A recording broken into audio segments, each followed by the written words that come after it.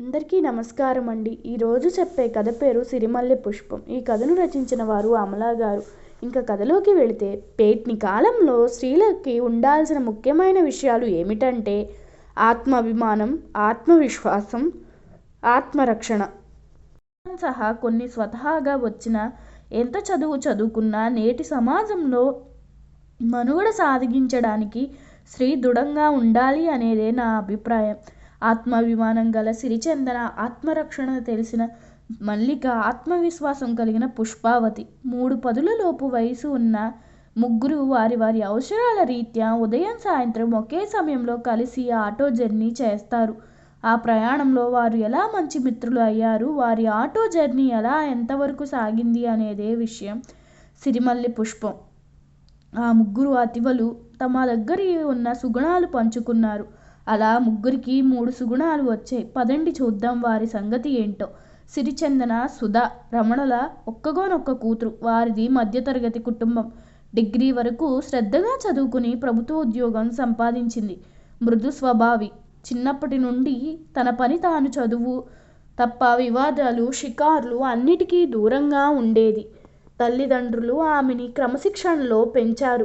రోజు టైంకి ఆఫీస్కి వెళ్ళి రావడం తప్ప సినిమాలు, హోటళ్ళు, డిన్నర్లు అంటూ నేటి కాలం అమ్మాయిల్లాగా తిరగదు. కాస్త భయస్తురాలు కూడా. ఈరోజు సోమవారం. ఎప్పటిలాగే తయారు అయ్యి ఆఫీస్కి వెళ్ళింది. జాబ్ కొత్తగా రావడంతో ఈ మార్గ ప్రయాణం కొత్త. వాళ్ళ ఇంటికి నుండి బస్సులో వచ్చి అక్కడ నుండి ఆటోలో వెళ్ళేది. అలాగే ఈరోజు ఆటోలో కోసం వచ్చినది. ఇంతలో ఒక ఆమె ఆటో ఎక్కమని అడుగుతూ అంటే అక్కడ ఉన్న స్టూడెంట్స్ ఇంకొందరు ఆమెను వెక్కిరిస్తూ ఉన్నారు. ఆమె వారి మాటలు పట్టించుకోకుండా విననట్లు తన పని తాను చేస్తూ ప్రయాణికులను పిలుస్తుంది. తాను వెళ్ళేది అటే కావడంతో ఎక్కి కూర్చుంది. ఇంకో ముగ్గురు ఎక్కడంతో ఆటో స్టార్ట్ చేసి చకచకా డ్రైవ్ చేస్తూ బస్టాండ్లో ఆపింది. సిరి ఆమెని ఆశ్చర్యంగా చూస్తూ డబ్బులు ఇచ్చి అప్పటికే రెడీగా ఉన్న బస్సు ఎక్కింది. ఆ విధంగా వారంలో కొన్నిసార్లు ఉదయం ఆఫీస్కి వెళ్ళేటప్పుడు, కొన్నిసార్లు ఇంటికి వచ్చేటప్పుడు ఆమె ఆటోలోనే దొరకడంతో ఎక్కింది. ఆ రోజు శనివారం సాయంత్రం ఆఫీస్ నుండి రాగానే ఆమె ఆటో రెడీగా ఉంది. వెంటనే ఎక్కి కూర్చుంది. ఆ రోజు ఇంకో 2 భార్యాభర్తలు ఆటో ఎక్కాక ఆటో స్టార్ట్ చేసింది. వారు మధ్యలో దిగాల్సిన ప్లేస్ రావడంతో దిగి డబ్బులిచ్చి వెళ్తారు.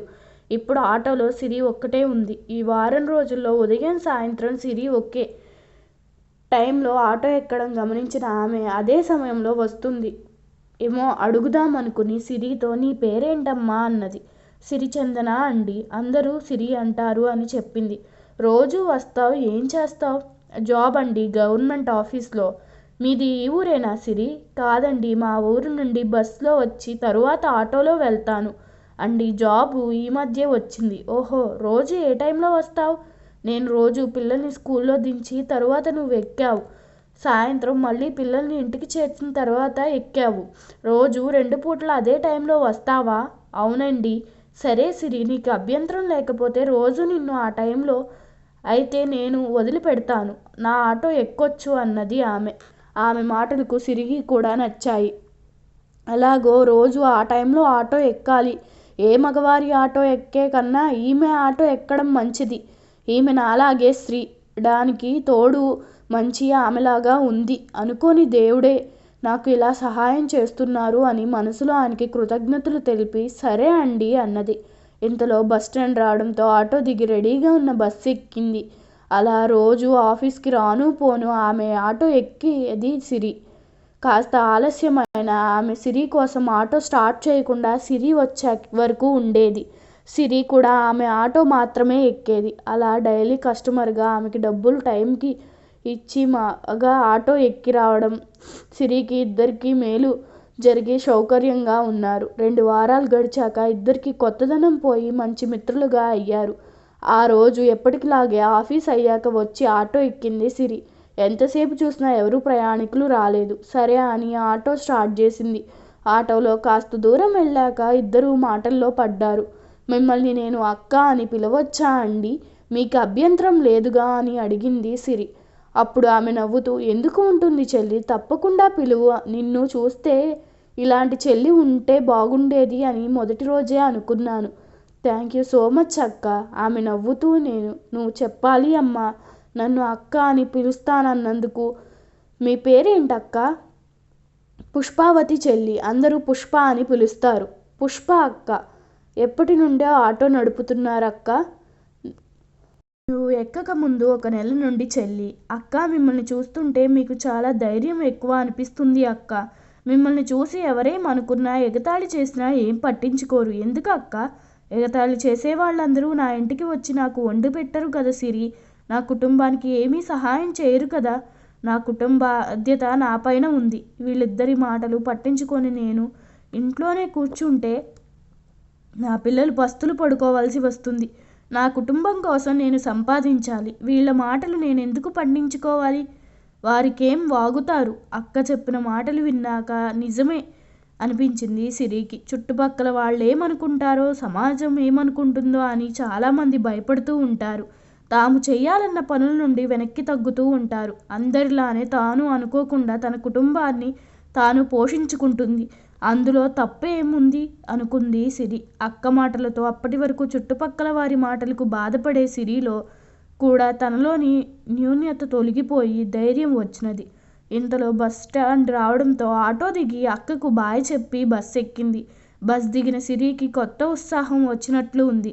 రోజు భయంగా తల వంచుకుని వెళ్లే సిరి ఆ రోజు మామూలుగా ధైర్యంగా ఇంటికి వెళ్ళింది. సిరి వాళ్ళ అమ్మ సుధా పల్లీల పకోడీ చేసి ప్లేట్లో సర్దుతూ ఉంది. అప్పటికే స్కూల్ నుండి వచ్చిన వాళ్ళ నాన్నగారు ఫ్రెష్ అయ్యి వచ్చి హాల్లో కూర్చుని ఫోన్ మాట్లాడుకుంటున్నారు. సిరి వెళ్ళి బ్యాగ్ ఇంట్లో పెట్టి ఫ్రెష్ అయ్యి వచ్చేసరికి వాళ్ళ అమ్మ ముగ్గురికి ప్లేట్లో పకోడా తెచ్చి వారి చెరొకటి ఇచ్చి తాను ఒకటి తీసుకుంది. ఎవరండి ఫోన్ చేసింది? ఏదో పెళ్ళి అంటున్నారు అని అడిగింది సుధా. మన అమ్మాయికి సుధా పెళ్ళిళ్ళ పేరయ్య ఫోన్ చేశాడు. సిరి ఫోటో ఒకటి ఉంటే ఇవ్వమని చెప్పాడు. నాన్న, నాకు అప్పుడే పెళ్ళి ఏంటి నాన్న? ఇప్పుడు పెళ్ళికి తొందర ఏమి నాన్న? చదువు అయ్యి ఈ మధ్య కదా జాబ్ వచ్చింది. అప్పుడే పెళ్ళి అంటే ఎలా నాన్న? అదేంటి పెళ్ళి ఇప్పుడే వద్దంటున్నావు? ఇంకా ఎప్పుడు చేసుకుంటావు? చదువు అయ్యింది, ఉద్యోగం వచ్చింది, ఇంకా పెళ్ళి చేసుకుంటే సరి అయిన పెళ్ళి అంటే అనుకోగానే అవుతుందా? మంచి కుర్రాడు దొరకాలి, అన్నీ కుదరాలి. అప్పుడు కదా. నువ్వేం భయపడకు. నేను నాన్న చూసుకుంటాం కదమ్మా. మీ అమ్మ చెప్పింది నిజమే సిరి. అవన్నీ కుదిరేసరికి టైం పడుతుంది. నువ్వు హ్యాపీగా జాబ్ చేసుకో, మేం చూసుకుంటాం కదా. ఇప్పుడే ఏం తొందరలే, నువ్వేమి భయపడకు అని చెప్పాడు రమణ. తల్లిదండ్రుల మాటలతో తేరుకున్న సిరి ఉత్సాహంగా కబుర్లు చెప్పడం మొదలుపెట్టింది. అమ్మా, మీకు ఒక విషయం చెప్పనా? నేను రోజు బస్ దిగాక ఆటో ఎక్కాలి కదా, అదే నాకు కాస్త భయంగా ఉండేది. ఆ ఆటో డ్రైవర్ ఎలాంటి వాడునో అని. ఇప్పుడు ఇంకా భయం లేదమ్మా. ఇంకా మీరు కూడా నిశ్చింతంగా ఉండొచ్చు. అవునా? అదేం సిరి, ఆటో ఎక్కవా? ఇంకా బస్సు అక్కడి దాకా వస్తుందా ఏమిటి? అడిగింది సుధా. అది కాదమ్మా, రోజు పుష్పక్క ఆటోలో వెళ్ళి రావచ్చు. అక్క రోజు సాయంత్రం ఉదయం ఆ టైంలో వస్తుంది. సిరి పకోడా తింటూ చెప్పింది. సుధా వింతగా, పుష్పక్క ఆమె ఎవరు సిరి? ఆటో డ్రైవర్ అమ్మ. చాలా ధైర్యం అక్కకి. మంచి అక్క. నేను దాదాపు 1 నెల రోజుల నుండి అక్క ఆటోలోనే వెళ్ళి వస్తున్నా. నాకు కాస్త ఆలస్యమైన అక్క నేను వచ్చేదాకా ఆటో స్టార్ట్ చేయకుండా ఉంచుతుంది. అమ్మ. అవునా సిరి, ఎంత మంచి మాట చెప్పావే. మాకు కూడా నువ్వు ఈ ఆటోలో ఎక్కాల్సి రావడం పెద్ద భయంగా ఉండేది. ఆ దేవుడి దయ అంతా అయినా జాగ్రత్తగా వెళ్ళిరా సిరి. అసలేం కాలం బాగాలేదు. నువ్వు భయపడకమ్మా, నేను జాగ్రత్తగానే ఉంటాను. సరే, నేను వెళ్ళి టీ పెట్టి తీసుకుని వస్తాను అని వెళ్ళిపోయిన తల్లిని నేను పెట్టి తెస్తాలే అమ్మా, మీరు మాట్లాడుకోండి అని వంటగదిలోకి వెళ్ళింది. ఏమండి, ఆ అమ్మాయిలో ఏదో మార్పు వచ్చింది కదండి? అవును సుధా, ఈరోజు సిరి కాస్త ఉత్సాహంగా ధైర్యంగా ఉంది. రోజు పెట్టి ఇస్తే తాగేది, కానీ ఈరోజు చూసారా తెస్తాను అని వెళ్ళింది. ఇంతలో కమ్మని ఇలాచి అల్లం టీ తీసుకుని వచ్చి ఇద్దరికీ ఇచ్చి తాను తీసుకుని టీ తాగడం అయ్యాక ఎవరి పనుల్లో వారు పడ్డారు. రాత్రి 8 గంటల సమయం అవుతుంది. నిర్మానుష్యంగా ఉన్న ఆ రోడ్లో మీద ఒక అమ్మాయి చకచకా నడుచుకుంటూ వెళ్తుంది. ఇంతలో 4 పోకిరీలు ఆమెను చూశారు. ఏ ఆగు అన్నాడు వాడిలో ఒకడు.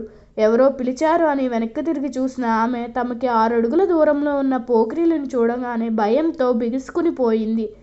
ఆమె భయం చూడగానే వాళ్ళకి మరింత హుషారు తే పిల్ల దొర జామకాయలా ఉందిరా, చూస్తూ ఉంటే కొరుక్కుని తినాలనిపిస్తుందిరా అన్నాడు ఒకడు. ప్లీజ్ మీకు దండం పెడతాను, నన్ను వదిలేయండి ఏడుస్తూ బ్రతిమిలాడుతూ ఉంది.